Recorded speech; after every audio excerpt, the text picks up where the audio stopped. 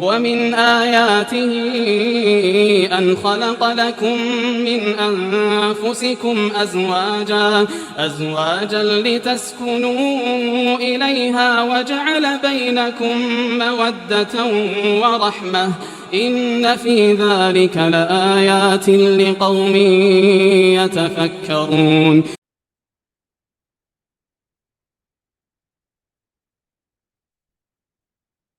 Bismillahirrahmanirrahim. Assalamualaikum warahmatullahi wabarakatuh. Alhamdulillah wa syukurillah wa la hawla wa la quwata illa billah.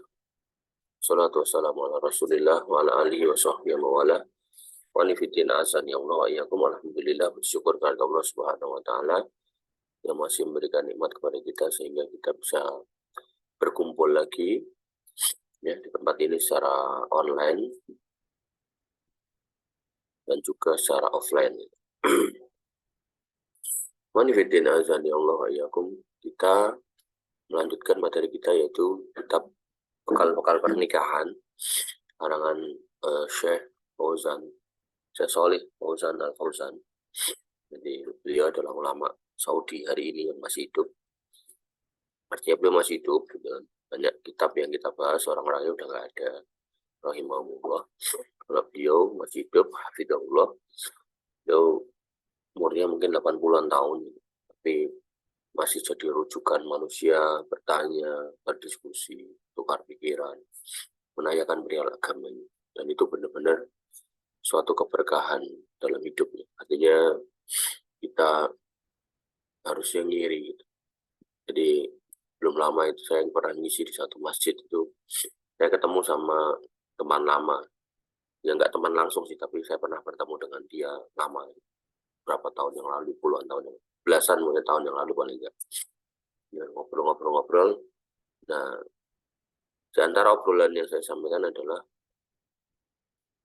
kalau sekiranya saya hanya punya ilmu teknik saja, terus saya sampaikan tadi di depan sini Mas, saya bilang, saya manggil dia Mas karena lebih tua 1 tahun, maka tentu ya nggak terlalu berguna buat para pendengar ini. Apalagi teknik saya teknik nuklir, jadi kayak nggak mau apa gitu loh, mereka itu mau ngapain gitu, nggak akan banyak gunanya gitu. Tapi ketika kemudian yang kita sampaikan adalah agama, maka semua orang bisa mengambil hikmahnya. Oleh karena itu kita harus membayangkan pentingnya kita belajar itu kayak gitu loh. Jadi silakan kamu belajar apa aja, ilmu peternakan silakan, ilmu ekonomi silakan, ilmu apa aja silakan. Tapi belajar ilmu agama itu jangan sampai kemudian ditinggalkan. Karena ya itu akan bermanfaat. Paling enggak itu ya untuk diri kita sendiri, keluarga kita. Syukur-syukur kita mampu mendakwahkannya itu lebih baik. Ketika masyarakat sudah baik, keluarga kita sudah baik, masyarakat baik, maka insya Allah negara itu akan baik. Itu sudah jadi hukum sebab akibat yang paten, yang baku gitu. Allah Ta'ala. Oleh karena itu maka ini sebelum kalian menginjak pada masa atau kondisi pernikahan yang sebenarnya, maka kita belajar dulu agar kemudian nanti pas nikah itu nggak ruwet gitu loh. Karena sakinah mawaddah warahmah itu ya didapatkan dengan belajar, bukan dengan sekedar sayang-sayangan, cinta-cintaan, sekedar membelikan bunga, bukan. Ya, itu hanya bumbu aja. Intinya ya pernikahan itu ya harus berdasarkan Al-Quran dan Sunnah. Al-Quran dan Sunnah hanya bisa difahami dengan belajar, bukan cuma ngomong tok semangat tok, bukan.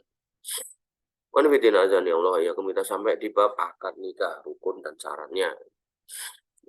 Ini sudah pernah kita bahas di kitab yang lain, tapi apa-apa, ini kitabnya Syekh Fauzan Al-Fauzan itu, maka kita pelajari. Karena kita meyakini setiap kitab yang disusun oleh para ulama itu punya hikmah tersendiri di dalamnya. Yaitu disunahkan ketika hendak akad nikah memulai dengan khutbah sebelumnya yang disebut khutbah nikah. Ini kurang disebut khutbah nikah. Ibnu Mas'ud membahasakan sebagai khutbah hajah yang disampaikan oleh calon mempelai ya atau orang lain di antara para hadirin. Di antara lafalnya, lafal khutbah hajah adalah innal hamdalillah nahmaduhu wa nasta'inuhu wa nastaghfiruh wa na'udzu billahi min shururi anfusina wa min sayyiati a'malina may yahdihillahu fala mudilla lahu wa may yudlil fala hadiya lahu. Wa asyhadu an la ilaha illallah wa asyhadu anna Muhammadan abduhu wa rasuluh. Allahumma sholli ala Muhammad dan seterusnya. Minimal ini lafal. Ini dihafal nih. Buat kalian yang mau nanti jadi penceramah, dihafal. Nah, ini penting banget. Dan ini lafal sebaik-baik lafal pembukaan dalam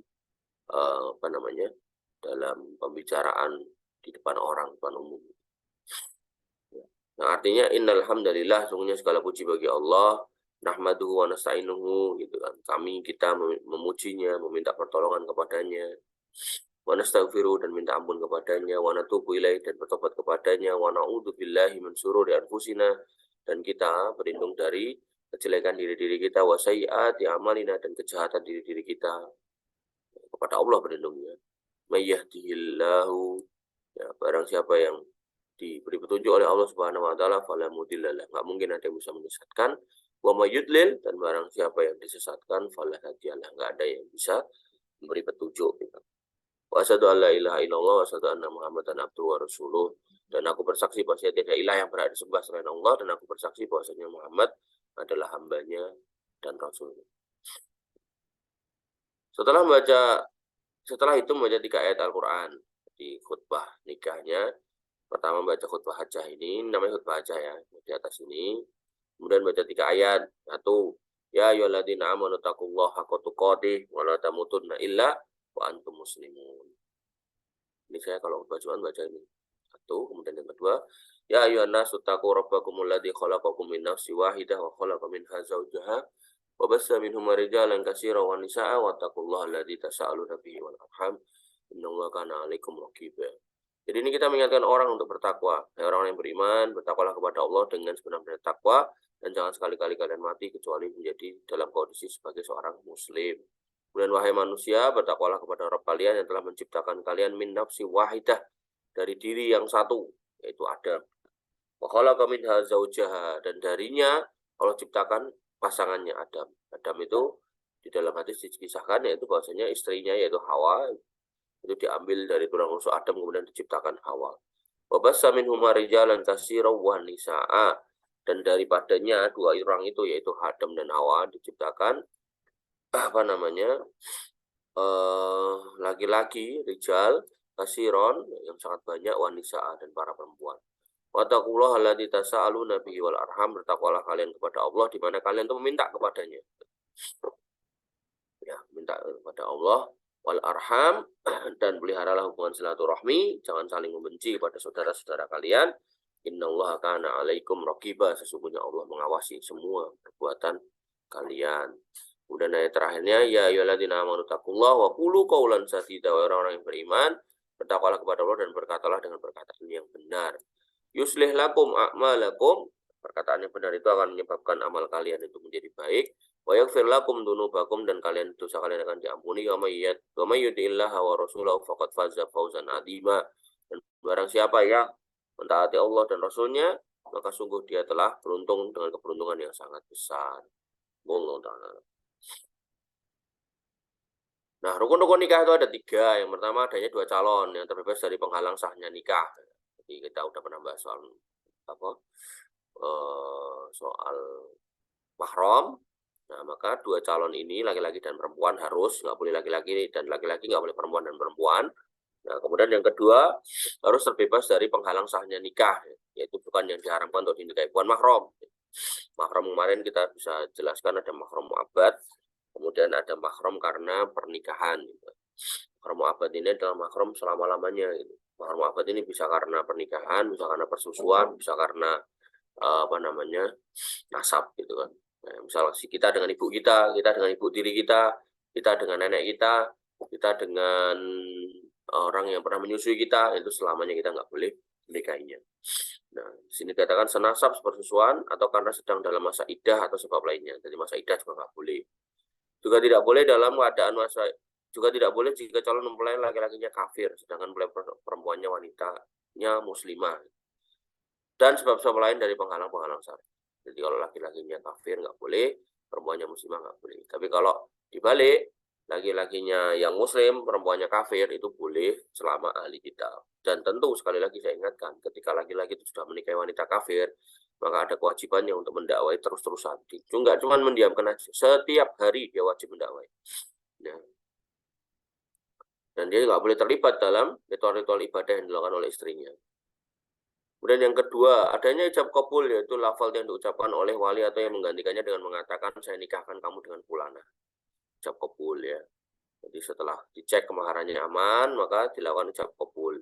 Ya ucapkan siapa? Wali. Gitu kan. Ijab dulu, lafaznya ijab, kemudian nanti yang ketiga adalah kabul, yaitu menerima.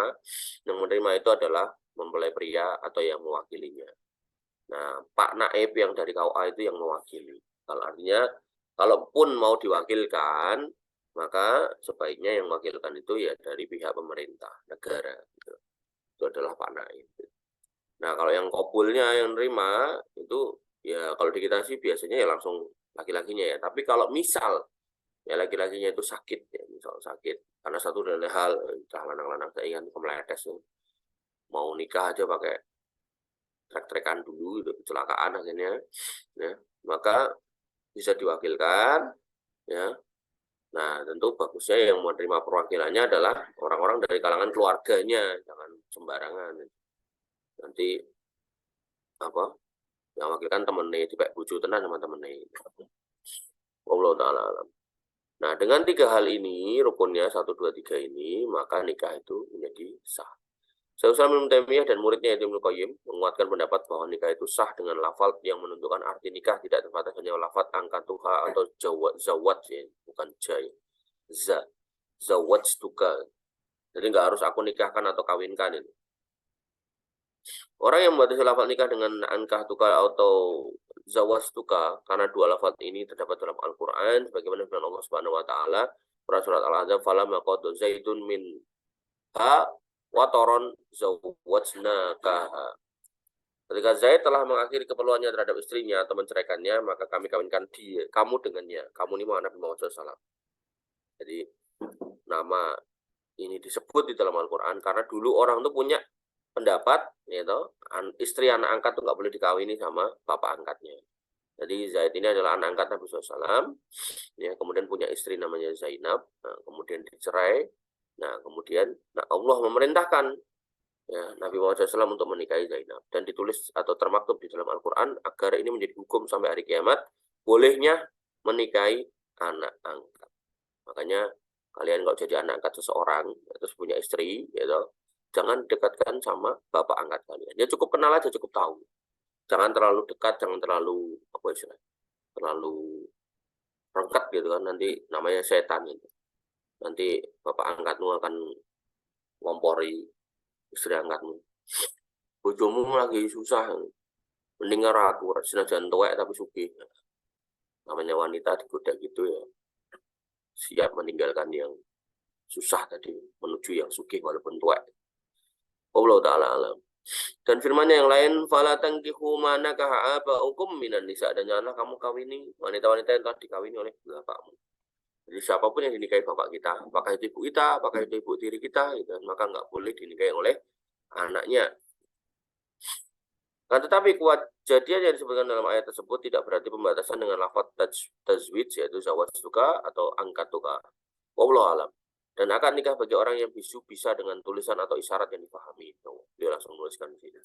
Dia orang bisu bisa pakai bahasa isyarat. Atau dia nulis. Dia sendiri nulis, artinya kita tahu dia nulisnya.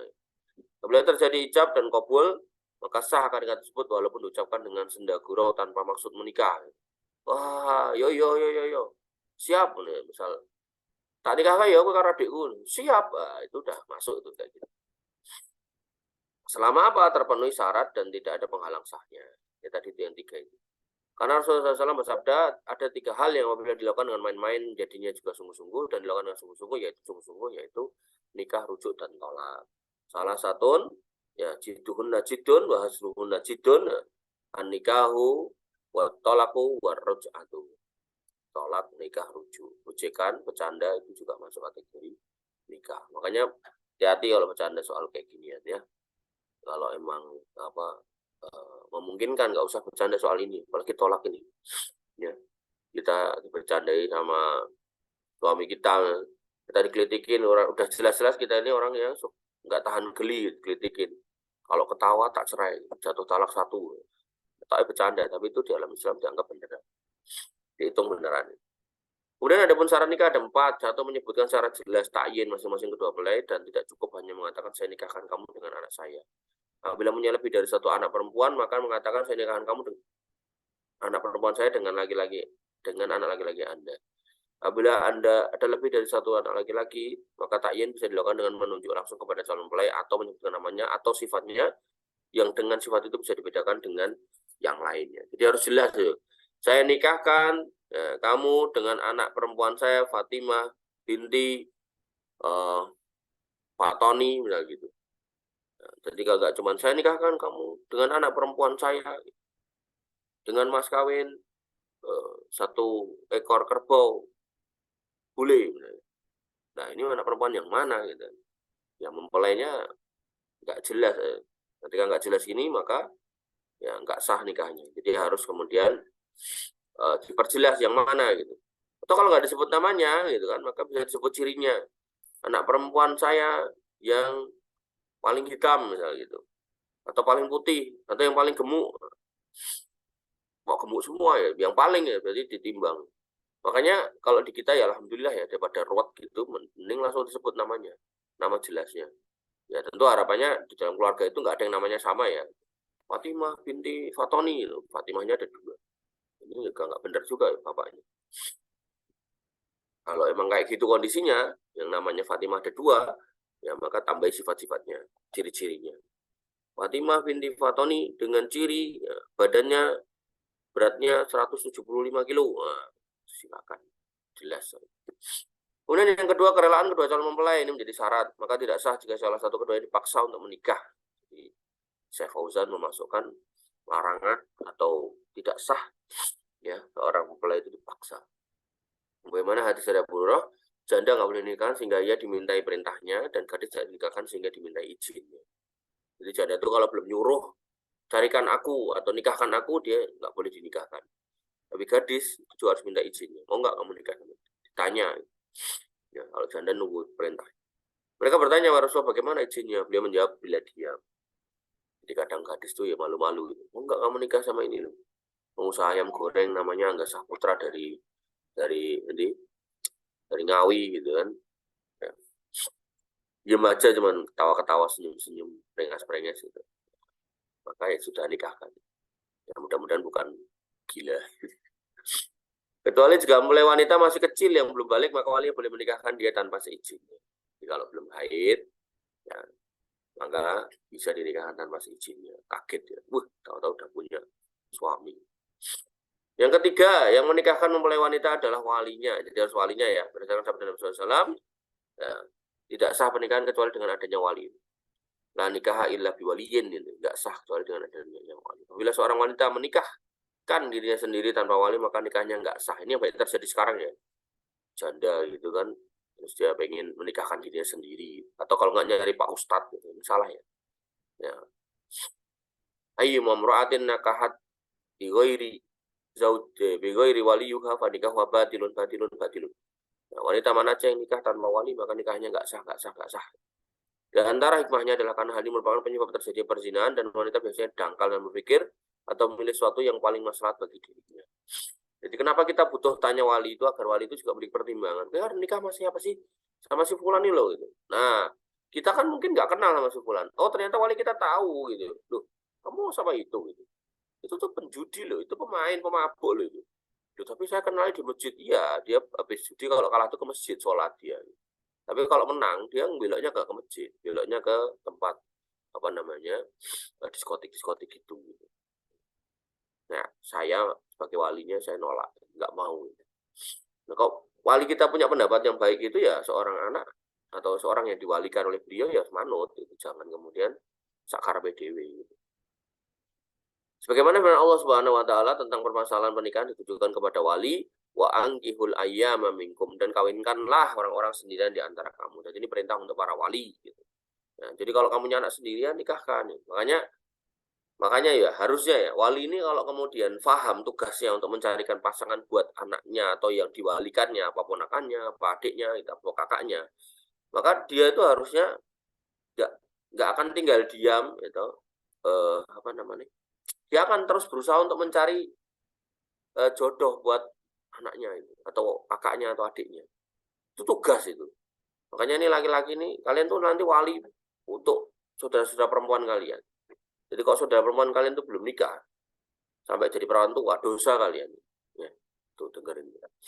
Nanti kalau mereka kemudian udah nikah terus jadi janda, gak punya kerjaan, itu tanggung jawab kalian tuh, para wali ini, untuk ngopeni gitu. Makanya dalam Islam kenapa warisan itu 2 untuk laki-laki, perempuan itu cuma 1. Ya, karena ada beban tanggung jawab itu loh. Gitu.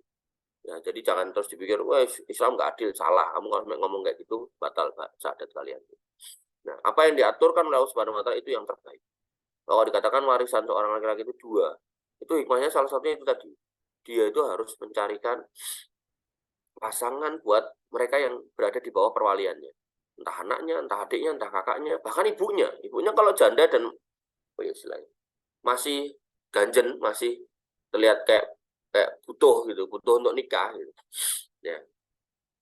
Maka seorang anak nggak boleh melarang dia nikah, bahkan mencegah dia nikah nggak boleh. Ada anak yang melarang orang tuanya nikah itu ada. Jadi mengancam kalau ibu nikah, saya, anak dan cucu ibu dan anak-anak saya nggak boleh dekat sama ibu. Ada yang ngancam kayak gitu. Ya, nggak boleh gitu.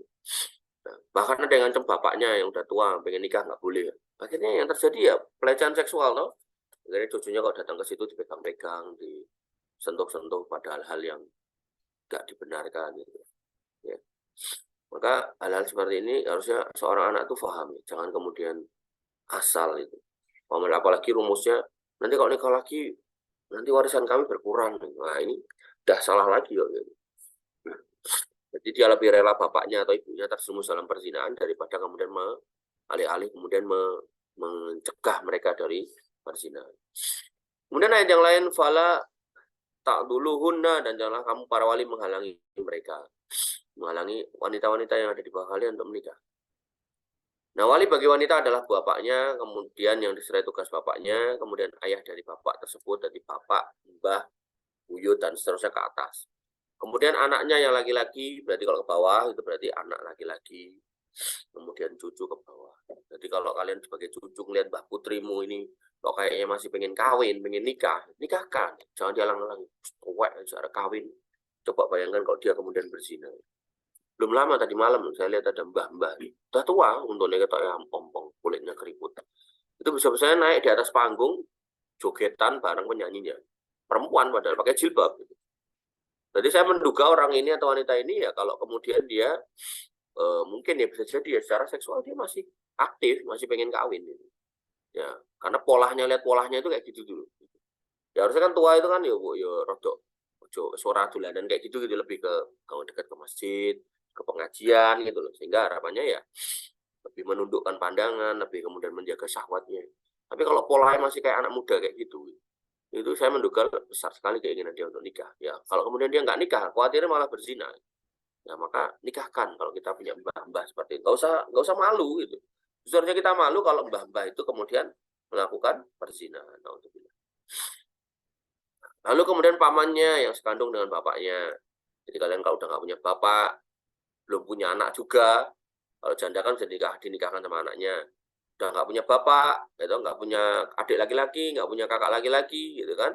Maka ya kan di sini ada saudara laki-laki, ini kita nggak punya, terus keponakan laki-laki dari saudara laki-laki juga nggak punya, maka paman, cari paman. Maka pentingnya menjaga hubungan paman. Makanya tadi di atas itu di dalam khutbah hajah itu ada ayat di mana kita disuruh menjaga al-arham gitu. Ya. Wattaqullaha alladzi tasaaluna bihi wal arham. Dan kalian bertakwalah kepada Allah yang kalian saling meminta dengan menyebut nama Allah dan jagalah tali silaturahim. Silaturahim ya kepada paman tadi. Ya, karena nanti kamu kalau butuh untuk menikah itu manggil beliau itu gampang gitu loh. Jangan kemudian nggak pernah datengin pamannya, nggak mau kenal gitu kan. Nah, kemudian pas menikah meninggalkan pamannya, nggak boleh kayak gitu. Ada aja yang kayak gitu ya. Gitu. Jadi ibunya pernah nikah sama bapaknya qadarullah meninggal, nah, terus ibunya ini ngompori terus, pamanmu nih, nah, ya emang ya pamannya ya mungkin nggak ngurus juga sama anaknya gitu, sama ponakannya ini. Harusnya kan kalau ada kayak gitu kan yang ngurus, yang ngukup itu harusnya pamannya kan. Pamannya ya rapat peduli gitu. Akhirnya si ibunya anak perempuan ini selalu ngompori anaknya, pamanmu tuh jelek, gini. Sehingga begitu nikah, ditinggalkan itu paman, padahal pamannya masih ada. Nah, pamannya protes ke KUA tempat itu, kemudian disampaikan kalau dia itu ponakan saya, anak dari kakak saya. Loh, katanya udah nggak ada walinya, kayak gitu. Jadi walinya dicoret sama dia. Nah, itu juga salah juga. Jadi pamannya salah, kenapa nggak ngurusi anak ini? Begitu anak gede dia nggak mau, kemudian dinikahkan sama pamannya, ya salah juga. Jadi ruwet semua gitu akhirnya. Gitu. Oleh karena itu maka yang harus kita pahami adalah kalau kita punya paman itu jaga hubungannya. Dan nggak selalu ya apa yang diceritakan orang tua kita tentang paman kita terus kita benarkan. Pamanmu tuh gini. Terus kita benarkan, kita ikut benci gitu, nggak boleh ya. Kita harus jaga hubungan dengan baik. Kemudian lalu kerabat-kerabat yang terdekat hubungannya nasab seperti ahli waris, kemudian orang yang merdekakannya jika memang itu budak, kemudian baru hakim sebagai walinya. Ini hakim itu terakhir. Bahkan wali hakim ini ya kan harus bisa menjadi wali kalau kemudian mendapat izin dari wali-wali yang di atas. Kemudian yang keempat, adanya saksi dalam akad nikah sebagaimana disebutkan dalam riwayat hadis riwayat Jabir. Tidak sah suatu pernikahan tanpa seorang wali dan dua orang saksi yang adil baik agamanya. Nah, oleh karena itu maka kalau nyari saksi yang adil, termasuk indikasi adil, sebagian ulama memasukkan yaitu sholat. Gue saksinya gue wae, sopo gue, konco mendemku, nggak boleh. Jangan masukkan orang-orang fasik. Nah, tapi koncomu ya nggak apa-apa, temanmu. Artinya kamu udah berteman dengan orang salah ya nggak apa-apa. Jangan sampai itu dibawa lagi ke pernikahanmu, kemudian menyebabkan pernikahan itu menjadi rusak lagi. Gitu. Nah, termasuk wali juga gitu. Kalau emang bapak kita naudzubillah nggak sholat gitu ya, sampaikan, Pak Nyun ngapunten. Mohon izin itu kan, saya mendingan diwalikan sama kakak aja atau adik aja yang sholat. Ya biar dia jadi pelajaran, biar dia mikir untuk sholat gitu loh. Ya, karena gelem tak nikah, ya purun gitu kan. Cuman saya pengen pernikahan saya itu juga apa namanya menjadi baik gitu kan, nyun sewu gitu kan. Ya panjenengan kalau mau mewalikan saya nyun tulung panjenengan tobat dulu kemudian sholat.